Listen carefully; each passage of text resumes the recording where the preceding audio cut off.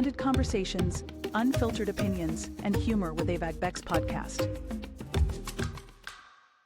Hello, everybody. Welcome to another episode. So excited to be here with Mr. Daniel Sterling. Mr. Daniel Sterling is a communicator, he's an author, and also an instigator of change, positive change. So his books, one of the newest one, Raising Boys into Positive Men. Good men, yes. Good men. Raising Boys into Good Men. He's working on that book right now. However, he's also the author of a memoir. Hungry is a self-discovery memoir. And Daniel, is that published anywhere that we can grab a copy? Should we want to? I wish it were. I'm working on that. All right. So we have 2 books in the pipeline to look forward to. So we're going to talk about Mr. Daniel Sterling's life, his work, and his continued work, which is something all of us should really do because we're usually not done growing. So welcome, Danielle. It's such a pleasure to have you on today. Thank you so much for having me. So we just had a laugh not too long ago about this whole instigator stuff. So let's start on that. When somebody hears instigator, it usually has a negative connotation to it. It's kind of like how John Lewis, rest his soul, said he's good trouble. So can we talk about, positive instigation? I like it. Yeah, we did have a laugh about this because I threw that in at the end because you were asking me, well, what title would you like? I said, well, I consider myself a writer and a communicator. And then I thought, well, yeah, instigator too. So I say that in the nicest way possible. And it's not my job to needle people, but what I always do is to talk about my life, my case, my instances, because I would never presume to speak for another or to offer advice, God forbid. I don't believe in that. All I do is talk about my experiences and what I learned. And if there's a takeaway from that, great. That's my whole intent.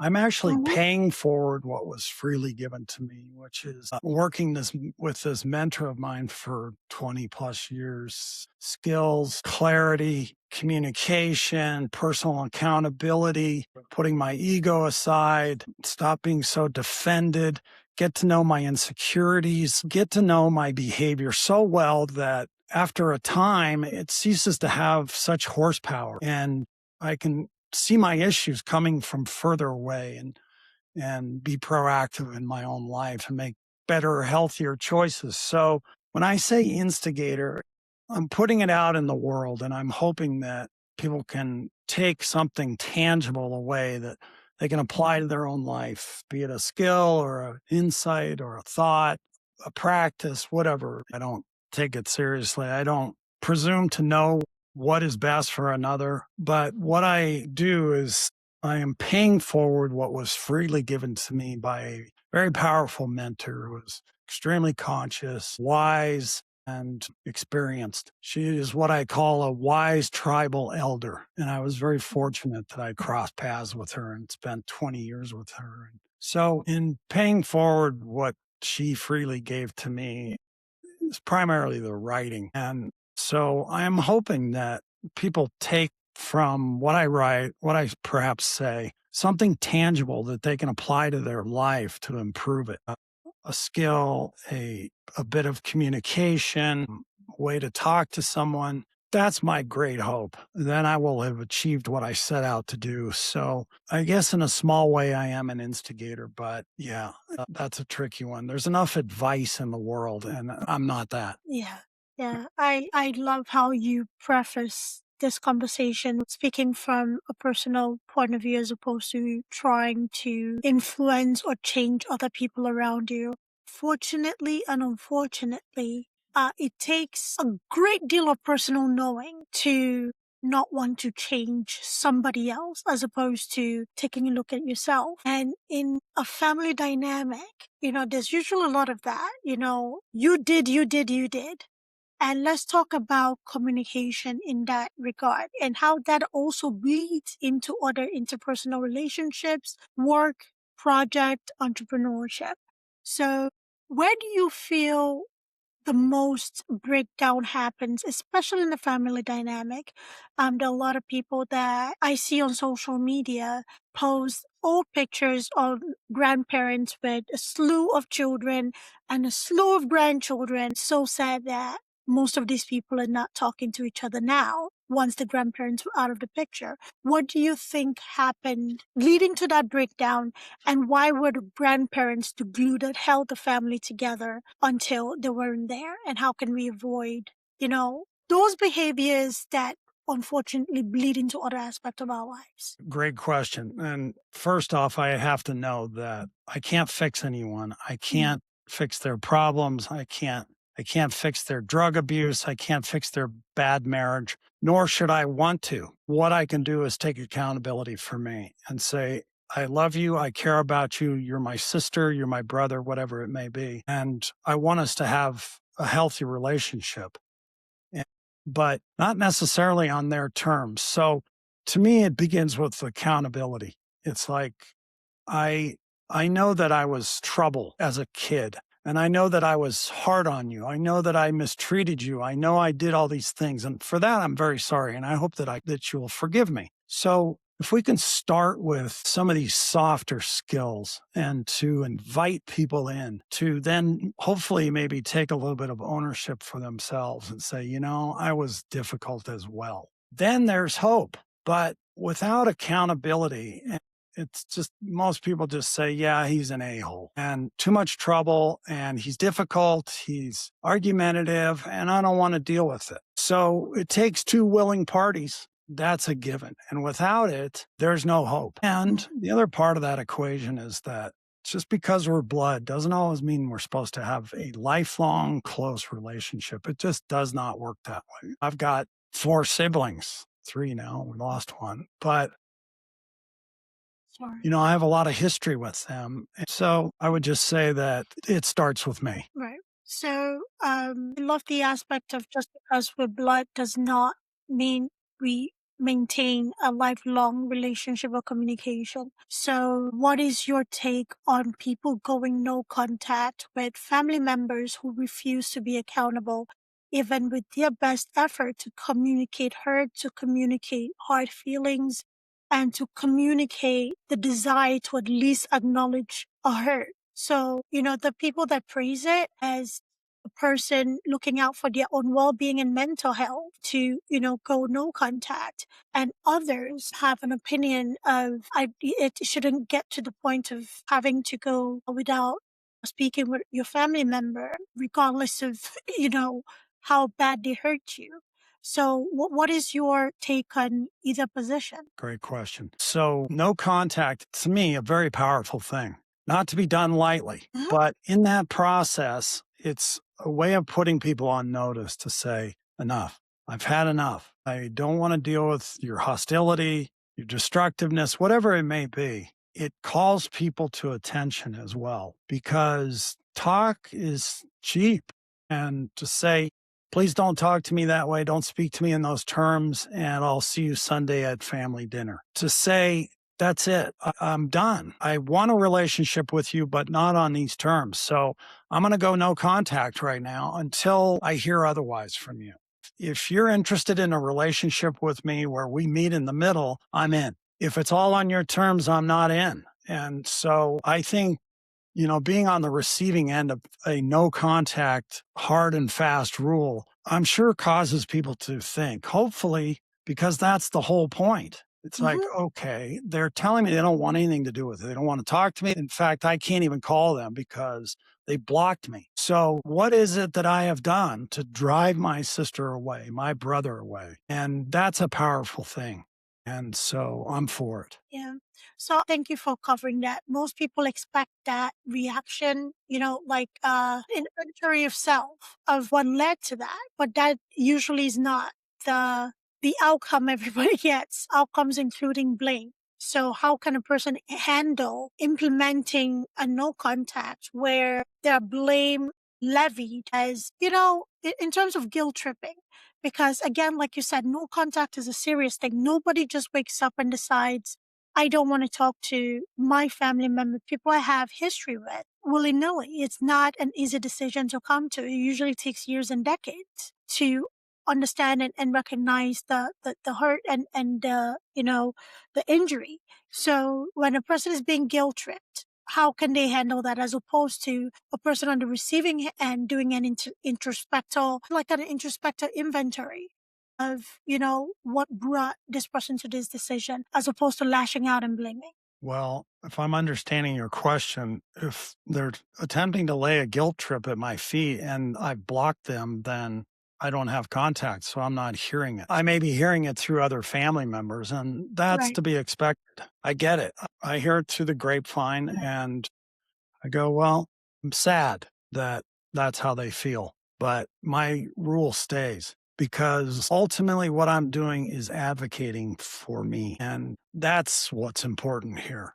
Mhm. And I think there's a lot of people in the world who don't understand self advocacy. And if they did, I think that they would love themselves a lot more if they started to embrace it and saying, I appreciate what you're saying, but that's not for me. Yeah, I don't think I'm going to go there. And that doesn't work for me in a nice way. But if we trust that small, still voice, I think that that is just critical to leading a empowered, conscious life because I have to be here for me first because then otherwise I'm no good to anybody. I can't be a good friend and brother and spouse, whatever, if I am uncertain about who I am, if I am wobbly in my everyday life. So self advocacy is a huge part of that. And it's what we're all called to do. I mean, this is what evolution looks like is empowered, kind, strong, good people in the world. We need more of Yeah. those. Right. Thank you for that. So I want you to speak to the parent population. So your book coming out, raising boys into good men. Good man. Yes, I got it. Just touching on tradition, right? Traditionally, people are raised to toe the line. And some parents are not used to the children self-advocating for themselves, right? And that is usually chalked up to, new age children, children of nowadays don't respect or whatever it is. So, what would you say to parents of a certain age who may be listening to this conversation that you and I are having, who find themselves in a position where the adult children, young adults, middle age, older adults, children are kind of like, Mom, Dad, no, no, no. This is not okay. And your continued behavior this way might result in me not having contact with you. I'm saying that because I also work as a hospice nurse and I have seen cases where people are actively on their dying bed and children that they've been disenfranchised from for years, even decades, even when they're told their parent is, on their way out, either with a terminal diagnosis or actively dying, still do not stand firm in their decision to, raise or disenfranchise themselves from a parent. So, what would you say to parents who are maybe they toed the line with their parents, but they're finding themselves where their children are self advocating to avoid having to be in a situation where they're not self reflecting and unfortunately maybe ending up with their kids not wanting to be a part of their lives, despite what the situation may be. So, if I'm understanding your question, you're asking me what parents can do about their children who have stepped away or blocking them or not part of their lives. Is that Yeah. accurate? Yes. What can you tell those parents listening? Because traditions are different. Modern day parenting and what traditional parents used to look like. You toed the line, you did whatever your parents said, you didn't have a voice, and, things of that nature. To Yeah. then where people know that they can speak for themselves. You spoke about self advocacy, and parents sometimes, older parents don't know how to handle that because that is seen as a form of disrespect or insubordination or whatever you want to call it, to avoid if you really want your children to, remain in your life, to avoid not even having your children around on your deathbed? What can we do to salvage that relationship before it gets that far? That's a big question. So I feel like I would need some sort of anecdotal story of what we're talking about. But if a child is not speaking to, let's say they're 20 years old, as an example, they're not speaking to their parents. Well, what's the backstory? What is it that the parents have done to drive this kid away? Or is it just the kid is out of control and full of themselves and they've been given everything? And now all of a sudden their parents are saying no and they're rebelling. But I'm not sure I have a good answer to your question. So, but when it comes to parenting, I would say Right. they've got to look deeply at themselves about how they're parenting their kids. And I'm not lecturing anyone, but if I'm a parent, I have to know myself in order to parent my child. I have to be aware of how I'm handling them, how I'm talking to them, my tone of voice, my body language, the message I'm giving to them. I have great responsibility to parent a child because they're looking to me for structure and guidance and love and affirmation and reinforcement. So it's a huge responsibility. And it starts from the minute that child takes their first breath. And so I got to be present. I got to be engaged. I got to talk to them. I got to find out what it is that they are thinking, what it is that they want. I think a lot of parents, they have an expectation of their kids, and it's not healthy. And usually they push their kid into athletics or piano or whatever. My mother is a perfect example. She signed me up for piano lessons when I was in grade school, and I hated it. I was hungry. I couldn't concentrate, and she made me do it. And then I had a piano recital, and it went really badly. And she was so disappointed in me. I'm like, Mom, I'm thinking to myself, I didn't say it because I couldn't say it. She wouldn't hear it. I was like, do you not even see what's going on? I am starving in school, literally. I have no packed lunch. And now you're sending me to piano lessons, and I have no snack. I am starving. Like, I started to distrust my parents at a very young age. It's like I couldn't count on them. So I started to try and figure it out on my own, how to feed myself and, have a lunch at school. So they just were not paying attention. They had a lot on their plate. I get it. But they created this kid who turned into a needy, insecure adult. So I can speak from firsthand experience that pay attention to what that kid is saying and what their needs are, because in many ways mine. So you just set up a perfect scenario where a young person, man or woman, growing up and having an experience of that nature with a mother or father, and they've managed to get themselves to a place of being successful. But in communicating how they felt as that 6, 7, 8, 9-year old, what you said, yes, I had a lot on my plate. Well, you survived, you didn't die. Or it comes with, you were such a difficult child, or you were never good at anything. And that person chooses to say, you know what, I struggled with this as a kid. It resulted in these behaviors, but I'm able to get myself to become a successful adult. However, I am communicating this to you, and you're either finding excuses still, as opposed to acknowledging how I felt. And you're still kind of projecting a lot of fault to me. So how can parents avoid that happening? Because from my own personal experience, it takes a lot of strength to summon up the courage to say, this is how I felt, or this is how these situations or these occurrences made me feel. And there's a lot of internal dialogue that happens before you have that strength to say something. So at a point where you're dismissed or not acknowledged, or you don't get the, physical, emotional hug, it does something to a person.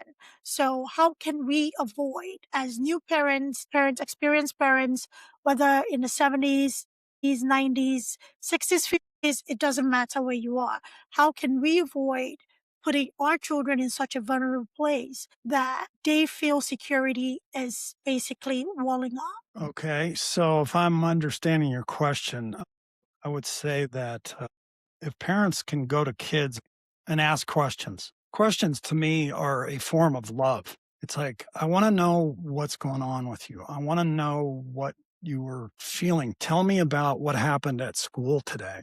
And continue to dig, and with a kind tone of voice, kids are going to come out and they're going to respond, and they're going to tell the truth and say, this teacher was just mean today and I was afraid of her, whatever it is. If I can get that out of my child, then I'm doing my job. And then I become the advocate for my child because they can't, not yet. So in that process, I'm teaching them how to self-advocate, and I'm teaching them that it's okay to speak up. So if a kid feels safe in approaching their father or their mother and tell them what's really going on, then that parent has done a good job of building that relationship of trust. And I think that trust is non-existent in a lot of homes, sadly. And also parents have to acknowledge the ways in which they perhaps could have done better.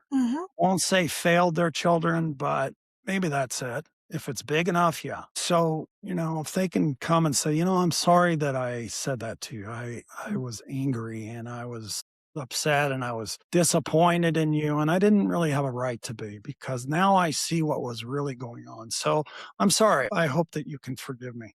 When parents talk to their kids like that, man, that is everything. I would have died to have heard that from my mother or father, and to say, I'm sorry that we allowed your brother to run roughshod over you, that we did not protect you. I would have said, thank you for that. I really appreciate it. And that would have been an incredible moment, a bonding moment between parent and child that would have healed years and years of turmoil and discord in the family. Yeah. I believe that wholeheartedly. And the thing with parenting, there's no manual, but you have to parent according to the child, and you have to parent in the moment. And things do happen, and we get busy, but we have a responsibility to the little people or adults or young adults that we're raising. And it takes a very conscious effort to be present. Nobody's perfect. However, acknowledging where you falter is very important. So even within siblings, nobody's perfect, but if a sibling has the courage to come to you, even if you don't have anything to say in the moment, you can process it, but acknowledging it is very important. I find acknowledging somebody's feelings or experience, I should say, as half the battle won. Acknowledge that this is where this person is. And I feel like traditionally and also generationally, it's something that more and more people are implementing into their parenting and family relationship. Some families didn't have that as the norm. Some traditions don't have that as a norm, but just it bodes for a better human experience. That is my observation. I don't know if you agree, Danielle. I agree. Thank you. Let's talk about raising boys into good men. So what is a good man? Very good question. Well, for me, it's a man in balance who is, again, knows himself well, who is kind, fierce as needed, focused, logical, compassionate, nurturing, someone of service who is aware of his surroundings, and it's not all about him. I come first. I have to be there for me first. I've said that. I've got to be, in order to be any good to anybody else, I have to be as whole as I possibly can be. And that's what I'm talking about right now, is this balance of the masculine and the feminine energies. And this is what my mentor started talking to me about very early. And she said, you're out of balance. And I said, I would agree, because I was very male when I met her. And along with a lot of other personal issues I was struggling with. But a good man, I think we all know it when we see one and talk to one and go, he made me feel good about this dialogue we had about myself. He was insightful. He was thoughtful. It wasn't all about him. He had no need to bogart the conversation. Just a good guy. And usually they're the ones who are not the loudest. I think we know who they are. Yeah. We know who they are, and ones we're crying blessed for to have them in our attention. lives. They're screaming for attention, be it positive or negative. Just give it to me. Sir, so with all of that said, you do know that goes against the societal picture of what a man is. The macho, machismo, Are you sure loud. about that? Are we still there? Really? Please don't I tell me mean, the we're people still there. The alpha male, classification, that description goes against that. And men that are in the masculine in the way that you have described, empathetic, present for themselves and their loved ones, attentive, loving, caring, soft when needed to, strong when needed to, providers, protectors. Those men are sometimes classified as not mature enough or not masculine enough. So as a society, the machismo macho man, I know more and more women are, establishing themselves and understanding that, the macho-ness is not all that is cracked up to be. And more women are healing and looking and accepting more emotionally intelligent and balanced men. So for somebody who may be disagreeing with you, Danielle, about what a good man is, what would you have to say about that? So there's a lot to unpack there. I would say that I think I know men pretty well, and because I've been traveling in these circles for a long time now. It's funny because from a very young age, I just had an aversion to that posturing, that very male nonsense. It was always such a turnoff to me.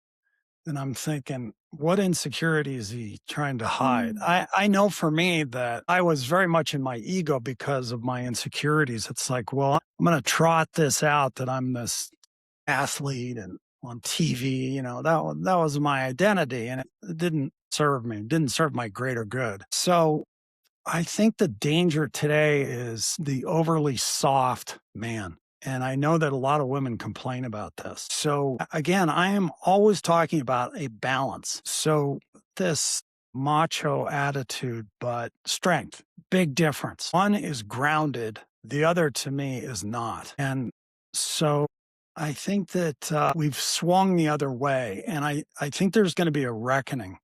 There's a lot of men right now, young men, that are not working. And that's a problem because they're coasting, and there's going to be a reckoning with this. So I'll say it again. We have to be, well, I won't speak for we, but find that balance, because in order to make it in the world today, I have to be tough and resilient, because I'm going to get tested every single day, and especially in the work world. So if I can find that place where I can move in the work world, the dating world, the personal world, the relationship world, the friendship world, if I can move through all of those worlds and call up whatever energy I need in the moment, if someone is in my face, then I have no problem becoming a very male, aggressive, not here, not now, not with me.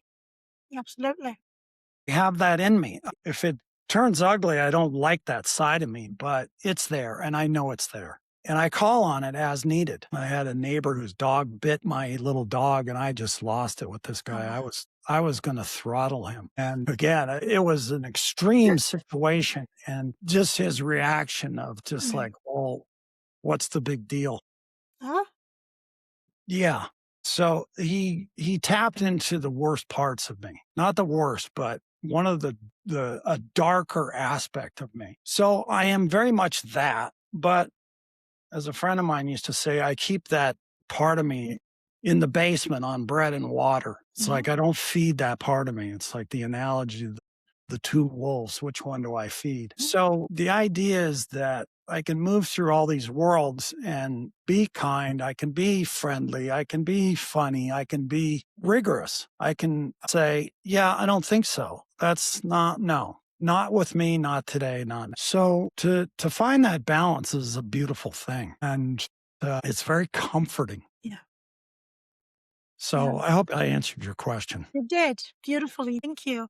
So, as we wrap up the conversation, for the young men listening to us, Danielle, who may not necessarily have the role model. You mentioned a woman who came into your life was kind of like a guide, Yes. to get you to who you are today. For young men who are listening to us and either are exposed to the machismo, macho, masculine man, um, who wrestle with being that person, or do know that there's got to be something different than this that feels more balanced in my body. What not necessarily advice, but what would you say to that young man listening to us today who wants better for himself and also better for the people around him? Very good question. And it's a hard one too, because in my mind, what you're asking is, how do I find that wise tribal elder? That person who's got a lot of miles on their tires, who is going to take an interest in them and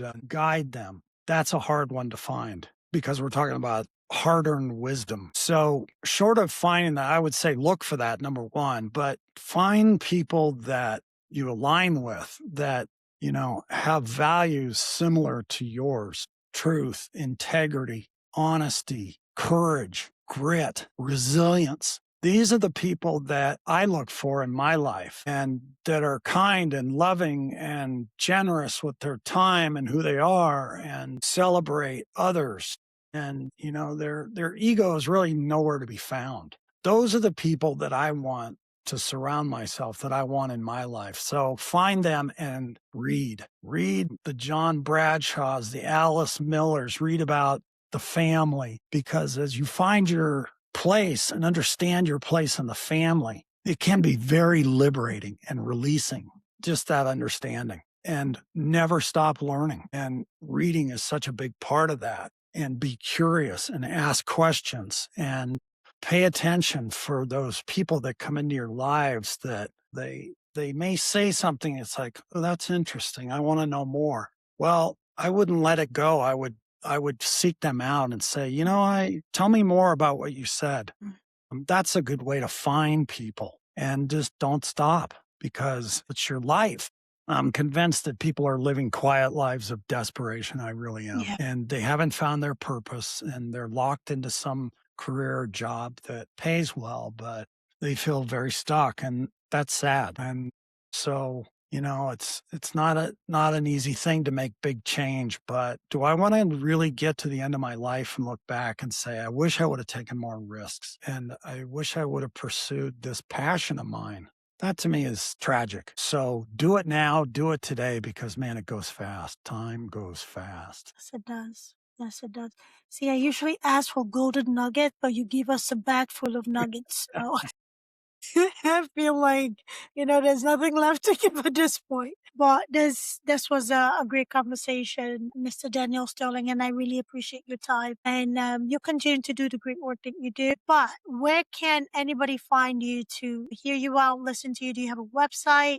And, the books, when are we looking to probably have that on the shelf somewhere? Thank you for asking. I appreciate that. I've got a newsletter on Substack, Daniel Sterling Writer.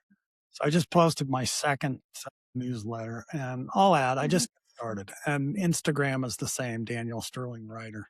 Okay. My author website, it's all out there. So I'm an open book, and I love to hear from people. So reach out, I respond. Beautiful. Community, that's what I'm after. It's Yes.